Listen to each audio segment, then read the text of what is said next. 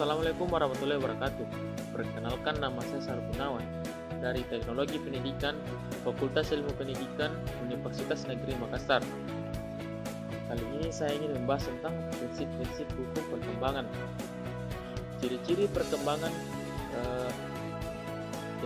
ciri-ciri perkembangan menunjukkan gejala-gejala yang secara relatif teratur, sehingga terjadi pola perkembangan yang sistematis. Atas dasar itu, maka para ahli merumuskan prinsip-prinsip perkembangan. Prinsip-prinsip perkembangan itu kadang-kadang dipandang sebagai hukum-hukum perkembangan. Jadi, untuk mengefisienkan waktu, saya akan membahas prinsip-prinsip itu. Prinsip yang pertama itu adalah perkembangan, fungsi-fungsi jasmania dan fungsi-fungsi rohania berlangsung dalam proses satu kesatuan yang menyeluruh atau biasa disebut integral. Prinsip ini sering disebut sebagai hukum kesatuan organis atau fungsional. Prinsip ini berarti bahwa organ-organ atau fungsi-fungsi itu proses perkembangannya bukan secara sendiri-sendiri terpisah satu sama lain, melainkan satu dengan yang lain saling berhubungan dan bahkan saling ketergantungan. Perkembangan fungsi pikir, misalnya, tidak terpisahkan dengan perkembangan fungsi ingatan, fungsi fantasi, fungsi motivasi, dan sebagainya. Bahkan, tidak terpisahkan dengan organ-organ jasmania.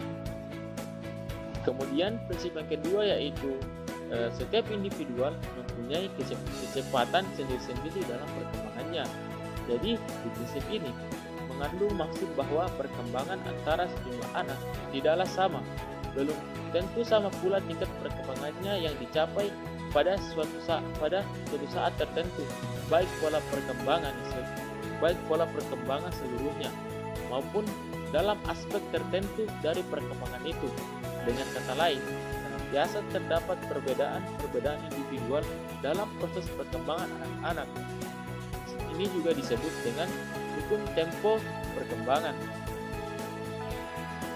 Kemudian di prinsip ketiga yaitu perkembangan seorang individu baik keseluruhan maupun setiap aspeknya, kelangsungannya tidak konstan melainkan berirama. Ini berarti bahwa proses perkembangan itu kadang-kadang cepat, kadang-kadang lambat, atau mungkin berhenti dengan beberapa waktu.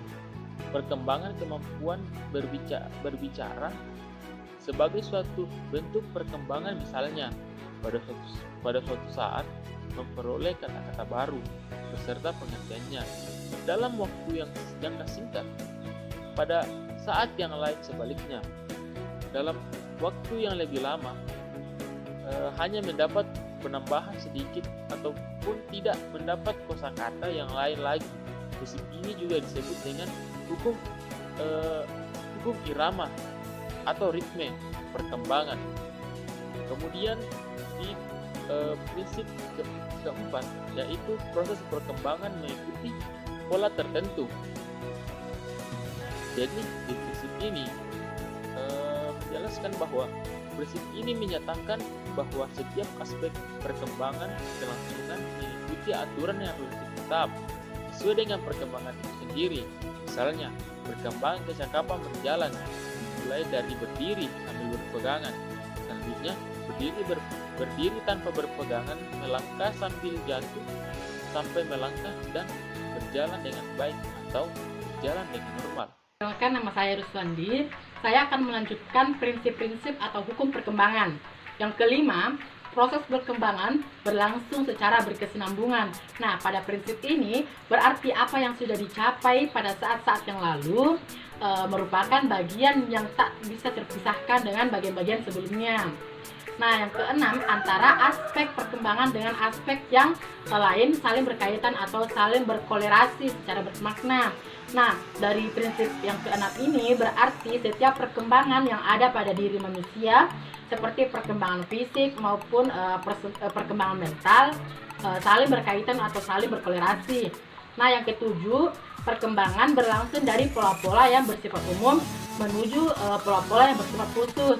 Pada prinsip ini pada dasarnya menyatakan bahwa perkembangan bermula dari globalitas yang dengan melalui proses berangsur-angsur semakin muncul perincian-perincian yang semakin beraneka ragam.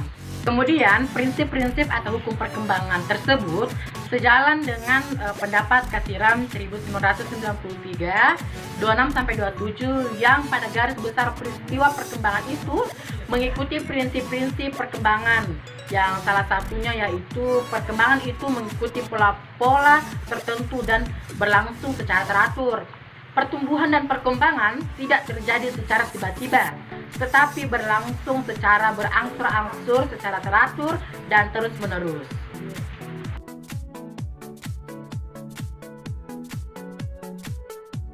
Perkenalkan, nama saya Berry Pratama Putra. Pada kesempatan kali ini saya akan sedikit membahas tentang belajar dan perkembangan. Wintle menyebutkan kaitan antara belajar dan perkembangan. Belajar melandasi sebagian besar perkembangan, yang dominan lebih besar meliputi perkembangan psikis maupun mental dalam berbagai aspeknya. Dan sebagian kecil yaitu aspek pertumbuhan yang tidak bergantung pada usaha belajar. Adanya tahap perkembangan tertentu berpengaruh terhadap apa yang dapat dipelajari dan dengan cara bagaimana harus dipelajari. Misalnya begini, anak yang berusia 6 tahun itu sangat gampang belajar atau dia sangat mudah belajar 2 bahasa. Itu baik dia belajar secara spontan ataupun orang yang mengajak dia berbicara atau berbahasa 2 bahasa tersebut.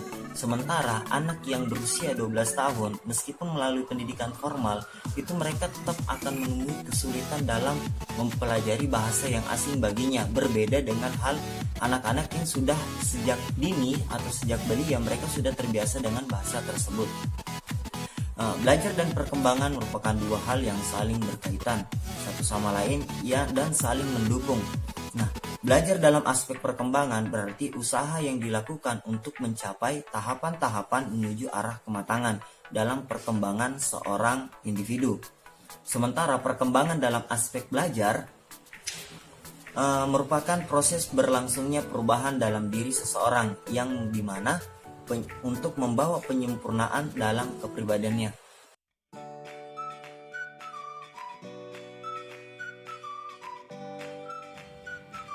Aspek-aspek perkembangan peserta didik yang berimplikasi terhadap proses pendidikan.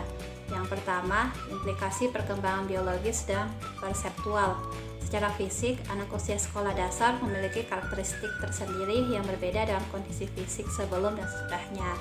Karakteristik perkembangan fisik ini perlu dipelajari dan dipahami karena akan memiliki implikasi tertentu bagi penyelenggaraan pendidikan. Proses perkembangan biologis atau perkembangan fisik mencakup perubahan-perubahan dalam tubuh individu seperti pertumbuhan otak, otot, sistem syaraf, struktur tulang, hormon, organ-organ, dan lain-lain. Termasuk juga di dalamnya perubahan dalam kemampuan fisik seperti perubahan dalam penglihatan, kekuatan otot, dan lain sebagainya. Dan diperlukan suatu cara pembelajaran yang hidup, dalam arti memberikan banyak kesempatan kepada peserta didik untuk memfungsikan unsur-unsur fisiknya. Dengan kata lain, diperlukan suatu cara pembelajaran. Seperti ini tidak saja akan memunculkan kegemaran belajar, tetapi juga akan memberikan banyak dampak positif. Yang kedua, implikasi perkembangan intelektual. Perkembangan intelektual erat kaitannya dengan potensi otak manusia. Potensi otak manusia hanya tampak 8% sebagai pikiran sadar, sedangkan sisanya 92% disebut alam bawah sadar. Dari penjelasan tersebut, dapat kita ketahui bahwa potensi otak manusia yang berkaitan dengan perkembangan intelektual hanya memenuhi 8% saja. Untuk itu, perkembangan intelektual pada peserta didik perlu dikembangkan. Proses perkembangan intelektual melibatkan perubahan dalam kemampuan dan pola pikir, kemahiran berbahasa, dan cara individu memperoleh pengetahuan dari lingkungannya. Aktivitas-aktivitas seperti mengamati dan mengklasifikasikan benda-benda, menyatukan beberapa kata menjadi satu kalimat, menghafal doa, memecahkan soal-soal matematika, dan menceritakan pengalaman kepada orang lain merupakan proses intelektual dalam perkembangan anak. Ketiga, implikasi perkembangan bahasa. Bahasa merupakan alat berkomunikasi dengan orang lain. Pada dasarnya, bahasa sebagai alat komunikasi tidak hanya berupa bicara. melainkan juga dapat diwujudkan dengan tanda isyarat tangan atau anggota tubuh lainnya yang memiliki aturan sendiri. Bahasa sangat erat kaitannya dengan perkembangan pikiran individu, tampak dalam perkembangan bahasanya, yaitu kemampuan membentuk pengertian, menyusun pendapat, dan menarik kesimpulan. Implikasi perkembangan bahasa pada peserta didik yang pertama, apabila kegiatan pembelajaran yang diciptakan bersifat efektif, maka perkembangan bahasa peserta didik dapat berjalan secara optimal. Sebaliknya, apabila kegiatan pembelajaran kurang efektif, maka dapat diprediksi bahwa perkembangan bahasa peserta didik akan mengalami hambatan. Yang kedua, bahasa adalah alat komunikasi yang paling efektif dalam pergaulan sosial. Jika ingin menghasilkan pembelajaran yang efektif untuk mendapatkan hasil pendidikan yang optimal, maka sangat diperlukan bahasa yang komunikatif dan memungkinkan peserta didik yang terlibat dalam interaksi pembelajaran dapat berperan secara aktif dan produktif. Yang ketiga, meskipun umumnya anak SD memiliki kemampuan potensial yang berbeda-beda, namun pemberian lingkungan yang kondusif bagi perkembangan bahasa sejak dini sangat diperlukan. Keempat, implikasi perkembangan kreativitas. Secara umum, kreativitas dapat diartikan sebagai kemampuan berpikir dan bersikap tentang sesuatu dengan cara yang baru dan tidak biasa guna menghasilkan penyelesaian yang unik terhadap persoalan. Kreativitas merupakan suatu aktivitas otak yang terorganisasikan, komprehensif, imajinatif tinggi untuk menghasilkan sesuatu yang orisinil. Oleh karena itu, kreativitas lebih dikatakan sebagai sesuatu yang lebih inovatif daripada reproduktif. Yang kelima yaitu implikasi perkembangan sosial. Manusia menurut pembawaannya adalah makhluk sosial. Sejak dilahirkan, bayi sudah termasuk ke dalam masyarakat kecil yang disebut keluarga. Ketika kecil, mulanya anak-anak hanya mempunyai hak saja. Ia mempunyai hak untuk dipelihara dan dilindungi oleh kedua orang tuanya. Namun, lama-kelamaan itu berubah, berangsur-angsur anak mempunyai kewajiban. Lingkungan sosial merupakan pengaruh luar yang datang dari orang lain. Selain itu, yang termasuk lingkungan sosial ialah pendidikan. Yang dimaksud dengan pendidikan adalah pengaruh-pengaruh yang disengaja dari anggota berbagai golongan tertentu, seperti pengaruh ayah, nenek, paman, dan guru-guru. Perkembangan sosial merupakan proses belajar untuk menyesuaikan diri terhadap norma-norma kelompok, moral, tradisi, atau meleburkan diri menjadi satu kesatuan yang saling berkomunikasi dan bekerja sama. Lingkungan sosial merupakan pengaruh luar yang datang dari orang lain. Selain itu, yang termasuk lingkungan sosial ialah pendidikan. Yang dimaksud dengan pendidikan adalah pengaruh-pengaruh yang disengaja dari anggota berbagai golongan tertentu, seperti pengaruh ayah, nenek, paman, dan guru-guru. Perkembangan sosial merupakan proses belajar untuk menyesuaikan diri terhadap norma-norma kelompok, moral, tradisi, atau meleburkan diri menjadi satu kesatuan saling berkomunikasi dan bekerja sama. Yang keenam yaitu implikasi perkembangan emosional. Emosi merupakan keadaan pada diri seseorang yang disertai dengan warna efektif, baik pada tingkat lemah maupun pada tingkat yang luas.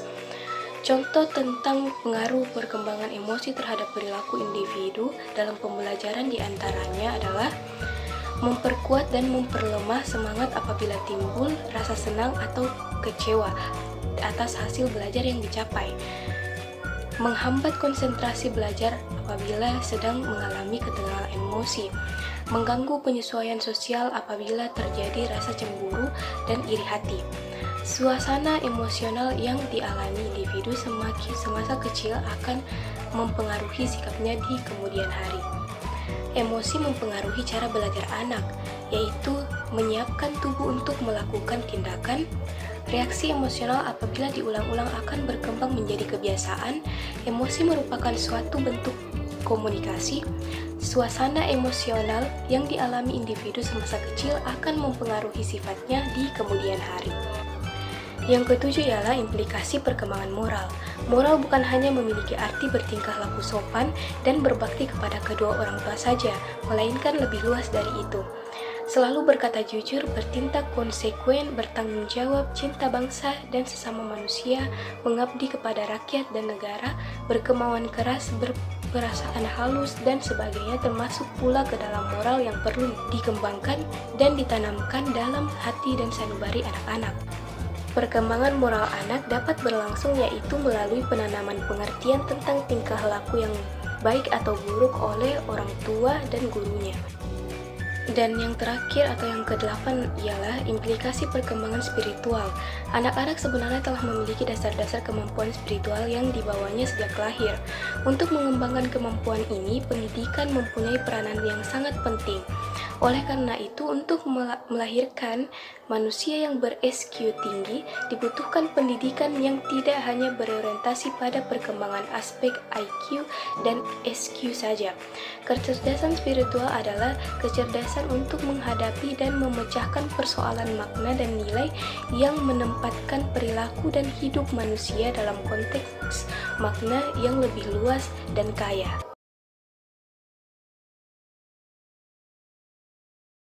Baik, saya di sini akan menjelaskan implikasi prinsip-prinsip atau hukum perkembangan terhadap pendidikan. Prinsip yang pertama adalah pengembangan atau penyusunan, pemilihan, dan penggunaan materi, strategi, metodologi, sumber, evaluasi belajar dan mengajar hendaknya memperhatikan periode perkembangan peserta didik. Yang kedua, program atau kurikulum. Belajar mengajar disusun secara bertahap dan berjenjang sesuai dengan tahap perkembangan peserta didik. Ketentuan dari kurikulum tersebut ada beberapa. Yang pertama, dari sederhana menuju yang ke kompleks. Yang kedua, dari mudah menuju sukar. Yang ketiga, sistem belajar mengajar diorganisasikan agar terlaksana prinsip mastery learning atau belajar tuntas dan continuous progress atau menuju berkelanjutan. Prinsip yang ketiga adalah sampai batas tertentu. Program atau strategi belajar mengajar sepatutnya dikembangkan dan diorganisasikan perlakuan atau intervensi yang dapat merangsang dan mempercepat laju perkembangan peserta didik tersebut.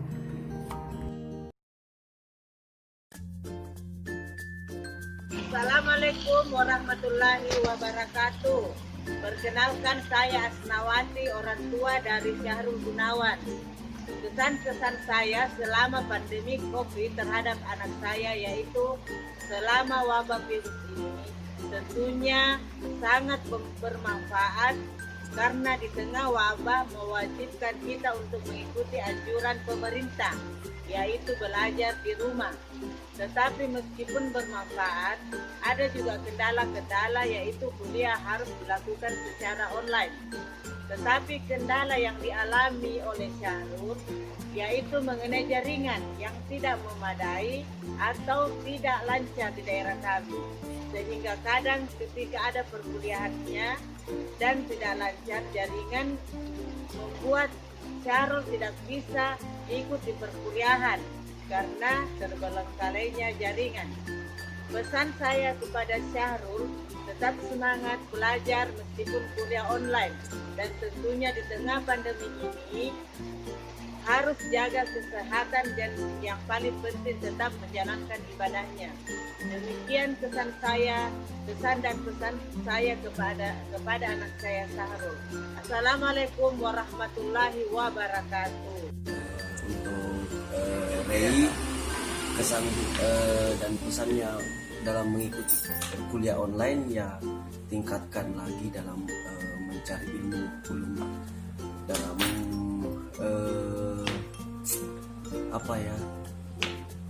untuk sampai sejauh ini saya lihat untuk perkembangannya masih perlu ditingkatkan. Banyak ilmu di luar sana yang bisa kita dapatkan bukan dalam forum ruang kelas aja atau ruang kuliah saja. Bersosialisasi pun seperti ini terhadap sesama teman itu sudah menjadi ilmu bagi kita. Untuk kedepannya dalam kuliah online atau kuliah apalah yang namanya kuliah, namanya ilmu pengetahuan yang makin giatlah, makin rajin dan sukses selalu. Terima kasih.